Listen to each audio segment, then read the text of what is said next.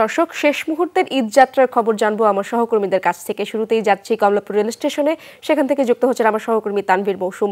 তানভীর, এখন ট্রেনে যাত্রীদের চাপ কেমন দেখছেন আপনি, এবং ঠিক সময় ট্রেন ছাড়ছে কিংবা আসছে কিনা?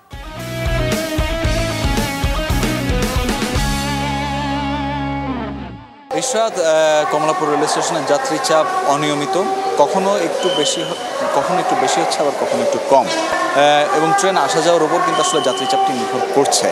আর যেটি আপনি জিজ্ঞেস করছিলেন যে শিডিউল বিপর্যয়ের কথা, কোনো ট্রেন আসতে দেরি হচ্ছে কিনা, সকাল থেকে সবগুলো ট্রেন আসলে সময় মতো গেলেও কোনোখানে কোনো দেরির ঘটনা, বিলম্বের ঘটনা না ঘটলেও রাজশাহী থেকে আগত সিল্ক সিটি ট্রেনটি সেটি কিন্তু আসলে একটু শিডিউল বিপর্যয়ের মুখে পড়েছে, এবং রাজশাহী থেকে সিল্ক সিটি সেই ট্রেনটির আসার কথা ছিল দুপুর 3টার সময়, কিন্তু রেল সূত্র জানাচ্ছে যে সেই ট্রেনটি এসে পৌঁছবে সন্ধ্যা 6:30টার দিকে, অর্থাৎ সেক্ষেত্রে 3.5 ঘন্টার মতো দেরি হবে সেই সিল্ক সিটির সেই ট্রেনটি এসে পৌঁছাতে।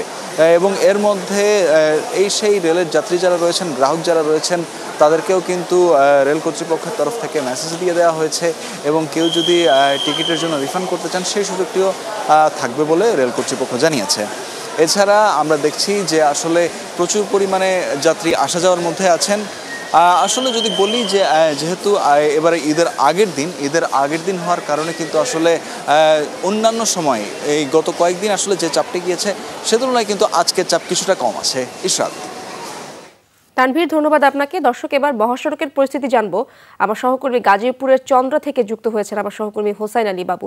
বাবু, ঈদ যাত্রা তো একেবারে শেষ পর্যায়ে, মহাসড়কের এখন কি অবস্থা? যানজট কি কমেছে কিনা, কি অবস্থা সেখানে?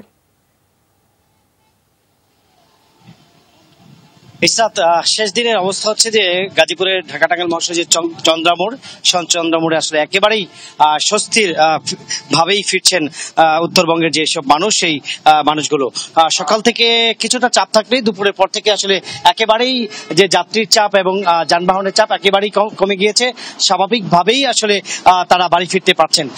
যেসব গাড়ি আসলে গাবতলী থেকে ছেড়ে আসছে, তারা কোনো এই জায়গাতেই আসলে জটলা সৃষ্টিতে তাদের পড়তে হচ্ছে না, দীর্ঘক্ষণ এক জায়গায় দাঁড়িয়ে থাকতে হচ্ছে না, স্বাভাবিকভাবেই তারা যেতে পারছেন।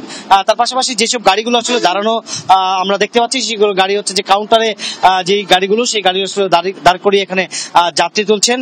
সেক্ষেত্রে আসলে এখনো কিন্তু বাড়তি ভাড়ার অভিযোগ রয়েছে, যা যাত্রী রয়েছে আসলে গাড়ি একেবারেই কম, যার কারণে তারা বাড়তি ভাড়া চাচ্ছে।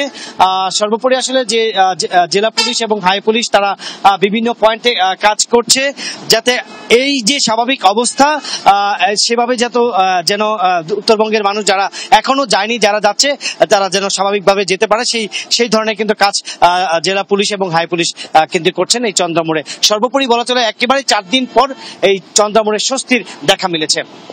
ধন্যবাদ আপনাকে।